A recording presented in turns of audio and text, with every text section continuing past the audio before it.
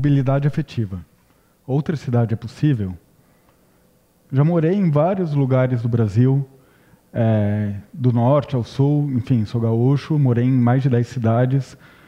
E o nosso trabalho na TC Urbis é basicamente o reconhecimento do local. Então, conhecemos profundamente a cidade, vivenciamos a cidade, temos um processo heurístico de vivenciar a cidade e somos influenciados por elas.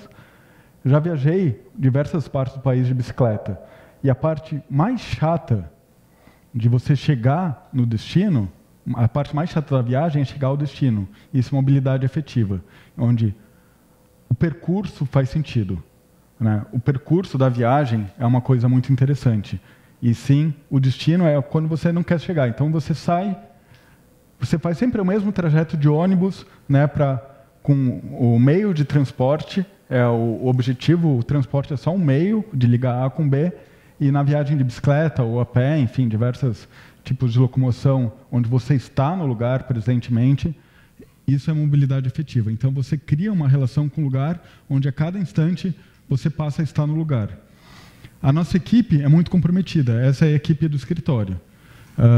Enfim, uma equipe, essa é minha esposa, que é minha sócia, enfim, sempre a gente teve mais de 40 pessoas passando pelo escritório, ninguém vai de carro para o escritório, todos são ciclistas, vão a pé, de transporte coletivo, enfim, é uma premissa não ir de carro para o escritório, enfim, como a maior parte veio aqui. Todos vão de bicicleta, a pé, enfim. A gente é uma empresa B, onde esse certificado de impacto socioambiental, eu gosto do slogan desse certificado, que é um certificado internacional. A gente é a única empresa de planejamento urbano a ter esse certificado. Não queremos ser somente os melhores do mundo, somos os melhores para o mundo, né? E é essa a nossa vocação, de ser melhor para o mundo e buscar isso. Então, a gente faz um planejamento urbano voltado para o melhor do mundo, e a nossa empresa visa isso com os nossos processos. Além disso, a gente é alinhado com o desafio do desenvolvimento sustentável, com os ODS da ONU. Nesse processo de entender o que é a mobilidade efetiva, né? O que é planejar a cidade, planejar esse deslocamento, onde o mais importante não é chegar, e sim o percurso, onde a gente cai a ficha quando a gente faz uma viagem de bicicleta, foi o primeiro momento que caiu a ficha. Eu procurei começar a escrever, estudar, fiz meu mestrado sobre isso, para entender a mobilidade afetiva, o deslocamento, e o processo eu fui buscando entender o porquê eu estava trabalhando com isso, né? O que me motivava, onde eu queria chegar. Então, com a minha filha, de 3 anos e meio, eu comecei a fazer uma horta na frente de casa, no espaço público, onde era um retorno de carro que foi fechado, uma pequena horta que a gente começou a cuidar, e eu queria dar uma educação socioambiental para ela. Enfim, a gente começou a se relacionar com os vizinhos e com a terra. E um dia, com essa horta, eu, ela e a mãe dela, a gente fez uma refeição só da horta. Então, a revolução começou com uma cenoura, né? Então, onde a batata, o milho, a cenoura, o tomate, tudo que foi colhido ali, gerou uma refeição. Daí eu falei, nossa, não preciso me deslocar, né? Eu tenho tudo na frente de casa, tudo num espaço público, num terreno de todos. Daí eu fui procurar, nesse processo de entendimento, entender a cidade. O que é a cidade? A cidade começou a surgir em 1800, as grandes cidades, com o desenvolvimento do capitalismo, onde a população urbana passou ao rural recentemente, por detrimento desse processo de crescimento das cidades, onde há o crescimento da desigualdade territorial. Então, existe uma íntima relação das grandes cidades e do capitalismo.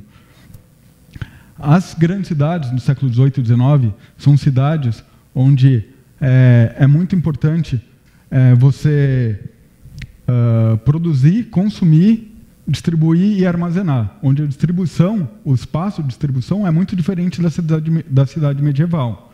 Você tem a cidade medieval, onde não há uma distribuição, a relação com campo-cidade é diferente, e a grande cidade, o grande aglomerado, com mais de 1 milhão de habitantes, começa a ser o lugar da peste, né? Londres, no início do século XVIII, era a maior cidade do mundo, Nova York começa a ser uma grande cidade com mais de 1 milhão de habitantes. Então, você tem todo esse processo de a cidade ser o lugar que visava a distribuição de renda, mas não acontece, e você começa um processo de formação de espaços desiguais e de armazenamento, porque são cidades subtropicais, né? O capitalismo se desenvolve na Europa e nos Estados Unidos, e você tem esse processo de formação da distribuição nas cidades, onde no século XIX, no início do século XX,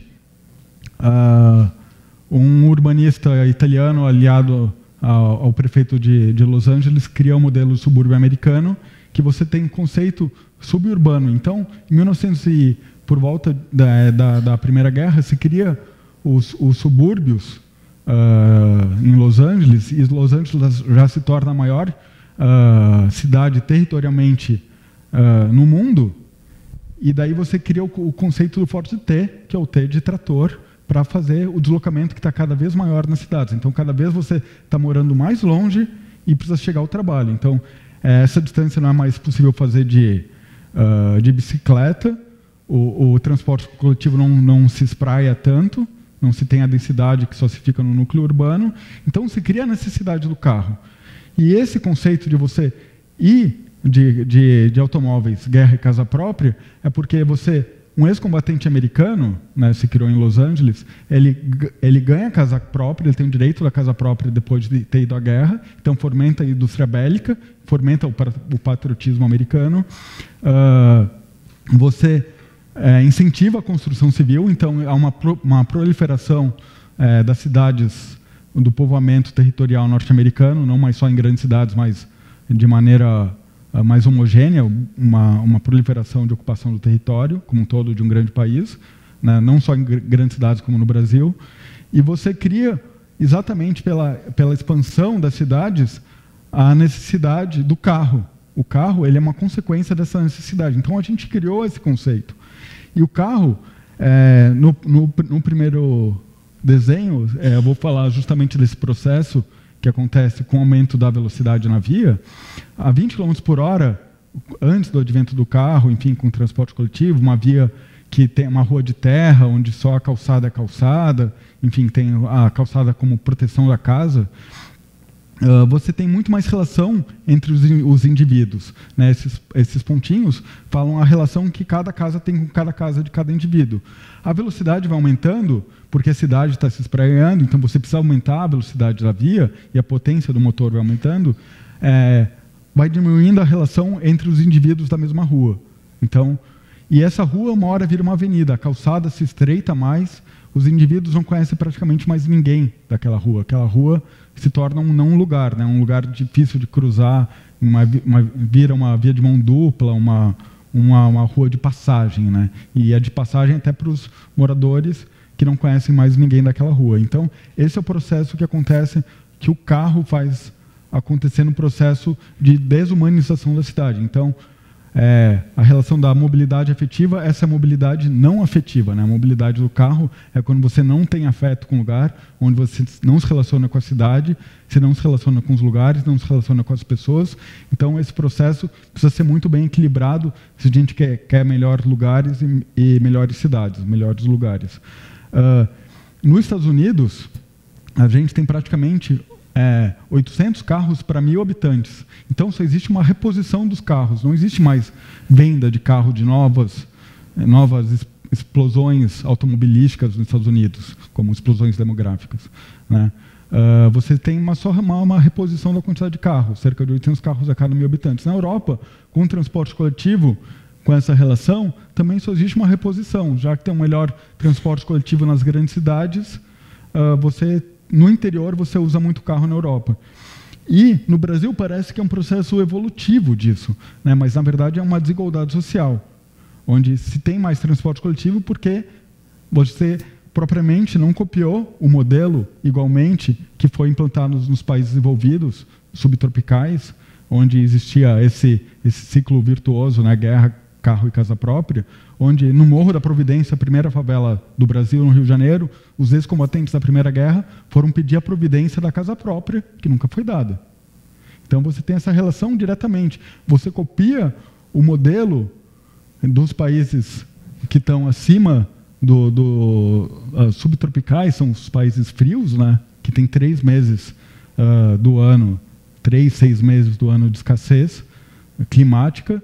Você copia esse modelo, não copia o modelo integralmente, então você tem um problema, você aumenta a desigualdade social pelo desenho territorial e o urbanismo passa a ser uma ferramenta de exclusão social, onde as cidades mais carrocratas são as cidades mais excludentes, porque o carro passa a ser uma questão de poder econômico, né?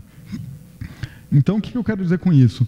Que uma porcentagem menor que a metade da população mora no território equatorial, né? no território tropical. Só a Índia e o Brasil são os grandes países de maior população nessa parte do planeta. Esse modelo de urbanização, eu estou propondo olhar para o território, né, afetivamente, como os incas tinham cidades, como Machu Picchu, onde você percorria a cidade em 20 minutos, você tinha universidades, moradia, trabalho, colheita, tudo junto. Você nem precisou inventar roda. Você tinha tudo junto. Quer invenção melhor que a não roda? Né? Não inventar a roda foi muito importante. Então, eu estou propondo a gente olhar para o território de uma forma mais afetiva, com economias locais, criatividades, enfim.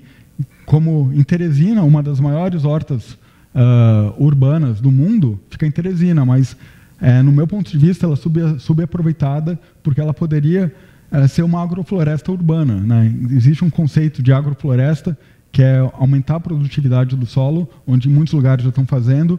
Por exemplo, em São Paulo, perto do Largo da Batata, um posto de gasolina foi adquirido para virar uma agrofloresta.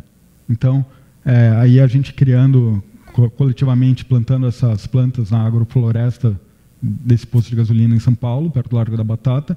Então, imagina você indo pegar o metrô, colher uma banana, que você está com fome. Para que você precisa, enfim, você precisa comprar essa banana, se a cidade oferece tanto para você? Então, dentro desse conceito, a gente tem um conceito de economia circular, biodiversidade econômica, e a gente tem todo o potencial de desenvolver isso. A gente pode criar uma nova economia criativa, ligada ao território, assim como na França, a gente, né, já foi dado o exemplo do crème brûlée, enfim, na França eles olham muito para o território. Cada vinho é ligado a uma montanha, a uma planície, a um morro, a um planalto, a um vale. Então, tem um vinho específico. Por que a gente não tem a goiaba específica de Piracicaba? Ou, enfim, o peixe específico daqui.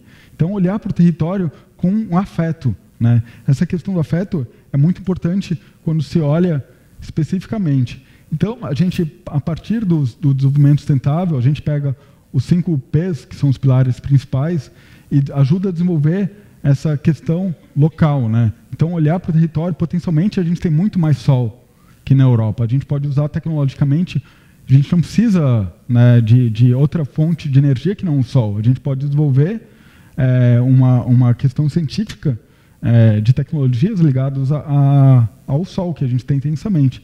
E de onde vem os recursos hoje para propiciar esse urbanismo tropical? Dos conjuntos habitacionais periféricos, onde você tem a criação de sistemas ligados à cidade. Então, você tem um sistema de transporte, que é muito caro, o sistema de esgoto, todos os sistemas de educação. Você cria esses sistemas para manter as pessoas na periferia e que ficam fazendo esse movimento pendular para o centro. Isso é extremamente necessário. Então, a gente poderia ter um Brasil muito mais inclusivo, manter as cidades tradicionais, como a gente conhece hoje, e ter outro olhar, que a gente tem um território muito pouco povoado. A gente pode ter outro olhar para o território, e à medida que esse território vai sendo povoado, a gente tem a fusão dessas duas economias e a diminuição da miséria no país, né, que tem 1/4 da população vive com menos de $5,5 por dia.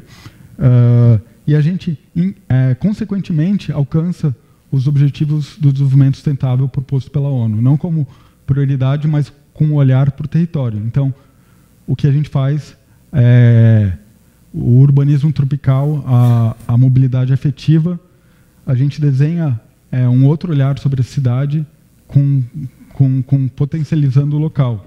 Então, a gente tem exemplos no Brasil e no mundo de como isso acontece, né? Você tocar o território com outra questão, onde o princípio da cidade não passa a ser mais armazenar, da cidade tropical, armazenar e distribuir, e sim produzir. A cidade passa a ser produtiva, passa a ser um território produtivo, né? Produtivo. Bem, outra cidade é possível. Obrigado.